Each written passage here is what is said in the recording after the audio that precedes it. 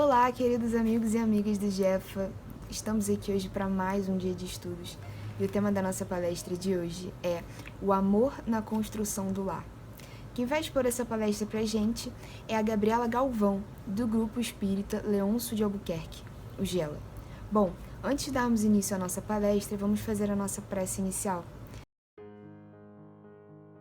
Nesse momento, eu peço para que todos vocês elevem os seus corações a Deus. Deixem de lado todos os nossos problemas individuais, os nossos problemas sociais, que nesse momento não são poucos. Que nós foquemos todas as nossas energias na palestra, no estudo, em todas as coisas que vamos escutar aqui hoje. Que elas não sejam minimamente escutadas, mas que elas sejam aplicadas, que nós consigamos evoluir cada vez mais e entender cada vez mais o nosso lugar aqui. Que tudo fique mais fácil e tudo fique mais compreensível pra gente nesse momento de tanta incerteza. Que Deus esteja conosco, agora e sempre, graças a Deus.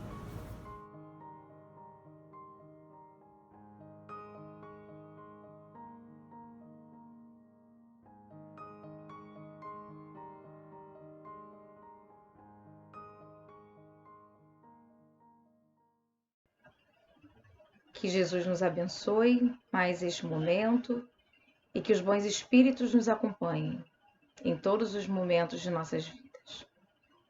Hoje nós vamos falar sobre um tema universal, que é o amor. Mais especificamente, o amor na construção do lar. E aí nós podemos pensar como se deu a formação do nosso lar, da nossa família. Por que nós temos aquelas determinadas pessoas reunidas ali conosco, sob o mesmo teto, ou sob os laços consanguíneos, né? A gente já sabe que nada é por acaso. E essa família que nos cerca, né? Que muitas vezes sob o mesmo teto, convivem conosco, né? Não são mera coincidência, né? E a gente começa pelo Evangelho segundo o Espiritismo, mais especificamente no capítulo 14, honrai a vosso pai e a vossa mãe. E Kardec vem nos explicando sobre a parentela corporal e a parentela espiritual.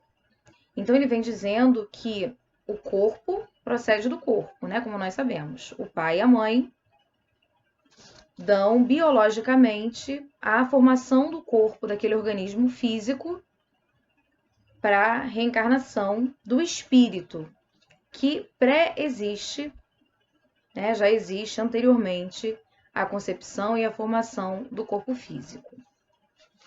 Então, cabe ao pai e à mãe, aos responsáveis, né? Criar o corpo, mas não o espírito. Mas cumpre a esses responsáveis auxiliar o desenvolvimento intelectual e moral daquele espírito reencarnante para fazê-lo progredir. Os que encarnam numa família, sobretudo como parentes próximos, são as mais das vezes espíritos simpáticos, ligados por anteriores relações que se expressam por uma afeição recíproca na vida terrena. Então, Kardec vem explicando que, em geral, as pessoas que pertencem ao nosso círculo familiar são espíritos simpáticos a nós e que têm afinidade conosco, em geral. Mas ele diz que também, em muitos casos, como nós já sabemos também, outros espíritos que não têm determinada afinidade conosco, que às vezes são antipáticos, né? Existe até uma certa animosidade. Deus permite que esses espíritos reencarnem naquele núcleo familiar que já tem mais simpatia entre si, para que essa família possa fazê-lo progredir melhor, né? Ele vai falando, pode acontecer, sejam completamente estranhos uns aos outros esses espíritos, afastados entre si por antipatias igualmente anteriores, que se traduzem na Terra por um mútuo antagonismo. Enfim, não são os da consanguinidade os verdadeiros laços de família. Então, nós já vemos por isso, né, e vemos isso na prática também, que dentro do mesmo núcleo familiar nós temos parentes que têm afinidade conosco, né, com quem a gente tem mais simpatia, mais intimidade, outros nem tanto, né, outros graus de parentesco, às vezes até muito próximos, e as pessoas vivem brigando, vivem, né, desconfiadas umas com as outras, porque nós estamos aqui para progredir, né? E Kardec mesmo vem nos explicar no livro Céu e Inferno, na primeira parte, no capítulo 3, que fala sobre o céu, ele fala o seguinte no item 8. Nós reencarnamos para ter aquele duplo progresso, né? O intelectual e o moral. O progresso intelectual se dá pela atividade obrigatória do trabalho. Então, a gente pode ver que intelectualmente, né, a humanidade em geral tem essa asa, né, a borboleta com a asa intelectual muito maior. E o progresso moral se dá pela necessidade que os homens têm uns dos outros. A vida social é a pedra de toque das boas ou das más qualidades. Então, é interessante, a pedra de toque é o que avalia, o que dá o quilate do ouro. E Kardec explica nesse item que as nossas relações sociais, sobretudo as relações em família, são o que mede o nosso adiantamento moral. Então, nós podemos usar isso como parâmetro, né? Se nós estamos indo bem nas nossas relações sociais, que começam na família, nós estamos indo bem, progredindo moralmente. Agora, se nós não conseguimos nos relacionar muito bem, então a gente ainda tem um caminho maior ainda pela frente, né? Então, as nossas relações sociais são a pedra de toque do nosso adiantamento moral, né? Avaliam, medem o quanto nós estamos indo bem ou mal na nossa encarnação, né? Por isso que nós não vivemos isolados, né? Nós vivemos em sociedade e, mais especificamente, na nossa mini-sociedade, que é a nossa família. E ele continua no Evangelho segundo o Espiritismo, no capítulo 14, no item 9, que ele fala sobre a ingratidão dos filhos e os laços de família, que muitos espíritos desencarnam, né, e se deixam levar por ondas de ódio, desejos de vingança, né, muita perturbação, mas que com o tempo eles vão conseguindo, em geral, né, não todos, mas muitos, isso serve para todos nós, né, conseguem perceber que somente através do amor, né, da caridade que Jesus veio ensinar, é que nós vamos conseguir realmente evoluir. Então, esses espíritos, né, nós também, né, vamos conseguindo observar as pessoas a quem nós já odiamos, ou pessoas que já fizeram mal a nós, né? Mas aí fica aquela hostilidade, né? Aquela animosidade entre esses espíritos. E aí, eles, muitas vezes, né? O espírito quer meio que recuar, né? E se predomina a boa resolução em nós oramos a Deus, imploramos aos bons espíritos que nos deem força no momento mais decisivo da prova. Por fim, após anos de meditações e preces, o espírito se aproveita de um corpo em preparo na família daquele a quem detestou e pede aos espíritos incumbidos de transmitir às ordens superiores permissão para ir preencher na terra os destinos daquele corpo que acaba de se formar. E aí a gente lembra, né, do caso mais mais detalhados de reencarnação que a literatura espírita nos traz, que é a reencarnação de Segismundo, que está no livro Missionários da Luz, da psicografia de Chico Xavier, pelo espírito André Luiz. E é interessante quando a gente vê, nesse caso, que Segismundo é um espírito com uma certa evolução moral, trabalhador de nosso lar durante muitos anos, né? Muitos espíritos amigos ajudando aquele momento da reencarnação, mas quando ele chega ao lar onde ele vai reencarnar, ele começa a se tornar muito abatido, sensibilizado, frágil.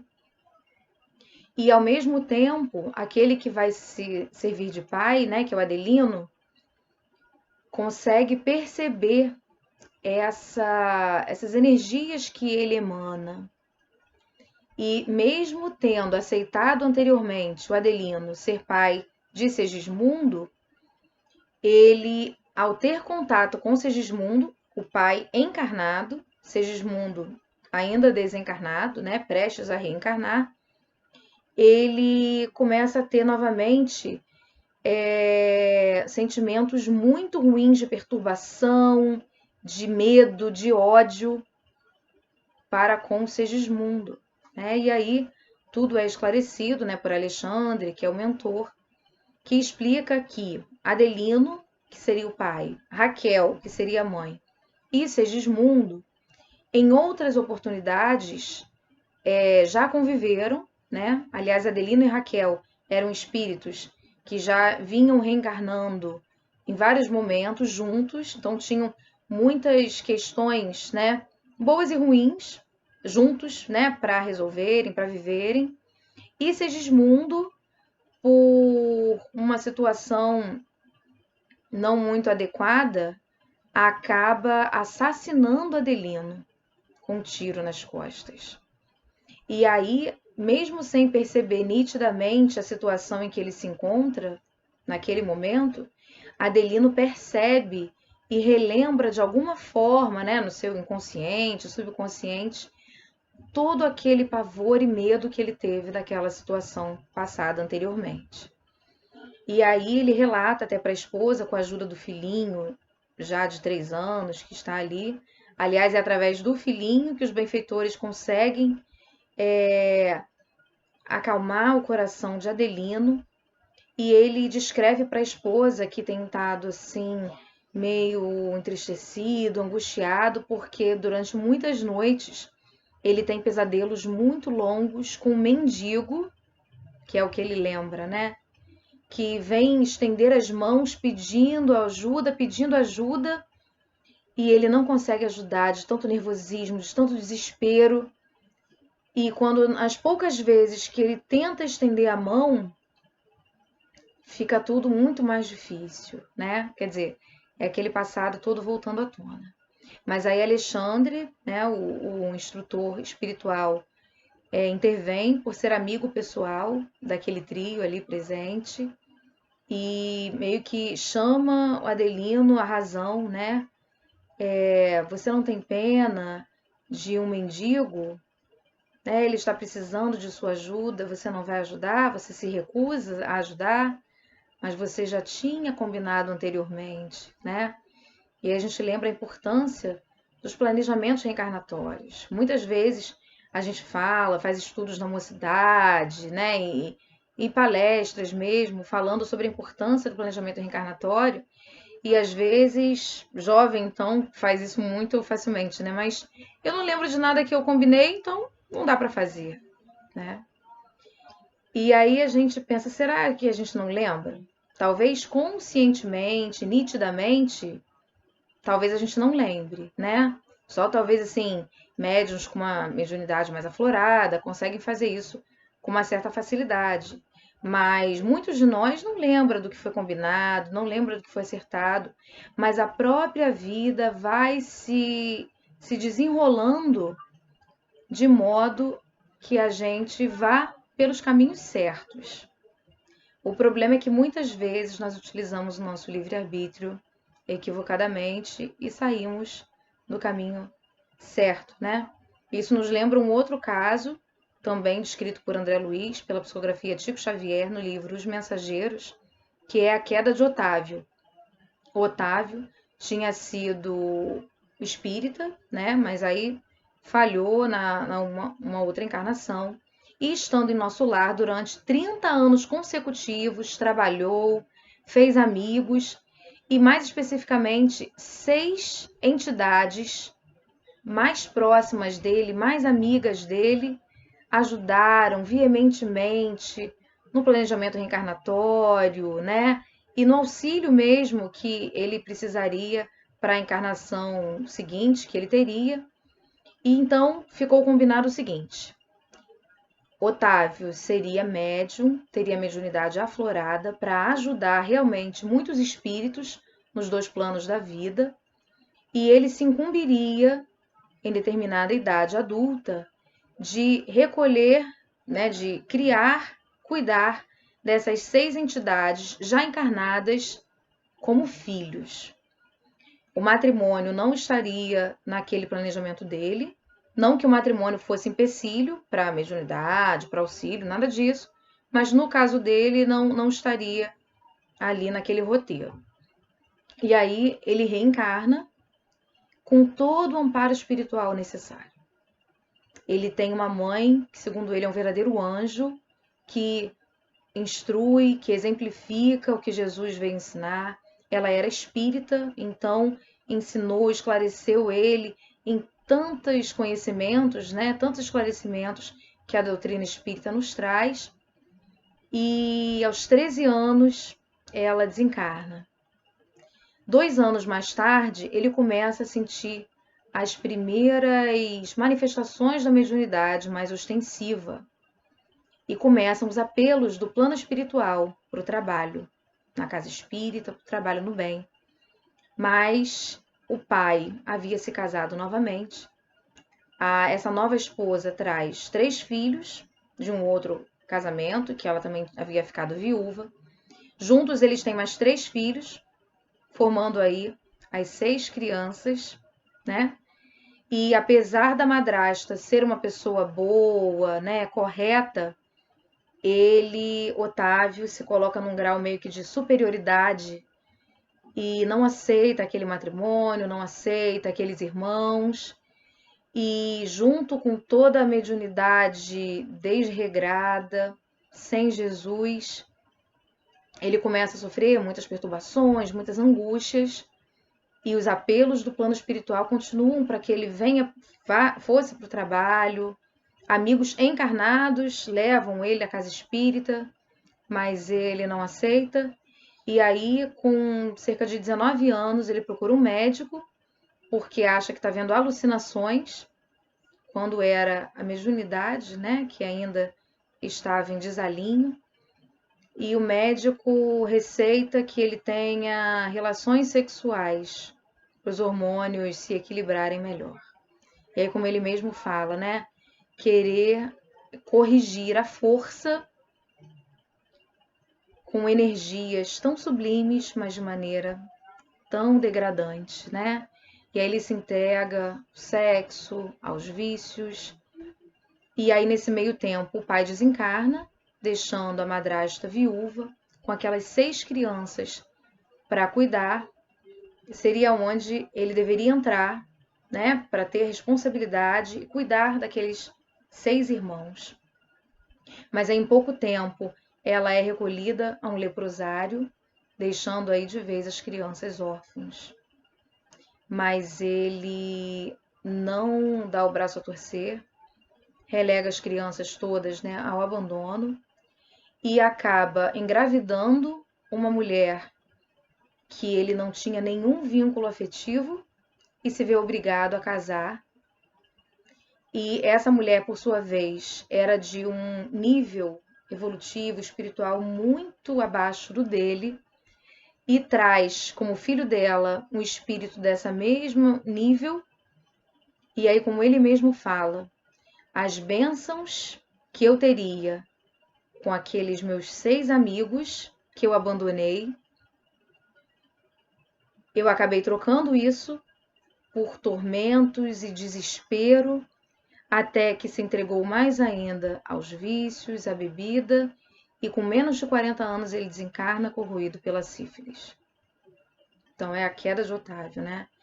Então, quer dizer, sempre que nós reencarnamos, né, o espírito, quando já tem um certo grau de entendimento, de maturidade, às vezes nem tanto, né, mas nós ganhamos um planejamento reencarnatório, do qual muitas vezes podemos fazer parte, né, mas que os espíritos superiores nos trazem para que possamos, não que seja rígido, né, mas um roteiro que nós podemos seguir para o nosso adiantamento moral, para a nossa vitória no bem.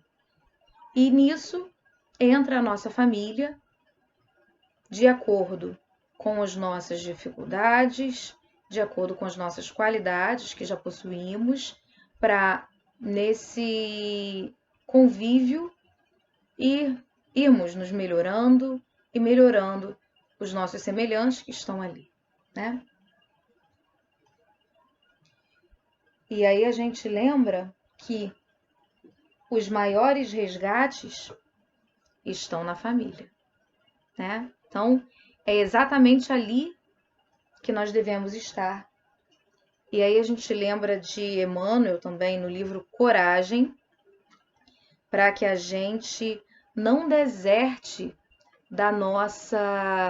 do nosso planejamento, dos nossos compromissos, para que a gente repense, deixe de lado muitas vezes o orgulho, a impaciência, a intolerância e possamos agir com um verdadeiro amor, um exercício diário, né? A gente não vai nos despir do homem velho de um dia para o outro, mas que a gente possa exercitar cada vez mais a prática do amor ao próximo. E quem são os nossos próximos mais próximos, senão a nossa família, né? E aí, Emmanuel vem dizendo que mesmo quando a gente tem dificuldades, que a gente deve aguentar firme e fazer o que Jesus ensinou, né? E aí no capítulo 22 do livro Coragem, ele fala o seguinte: quanto puderes, não te afastes do lar, ainda mesmo quando o lar te pareça inquietante fornalha de fogo e aflição. Quanto te seja possível, suporta a esposa incompreensiva e exigente, ainda mesmo quando surge aos teus olhos por empecilho a felicidade.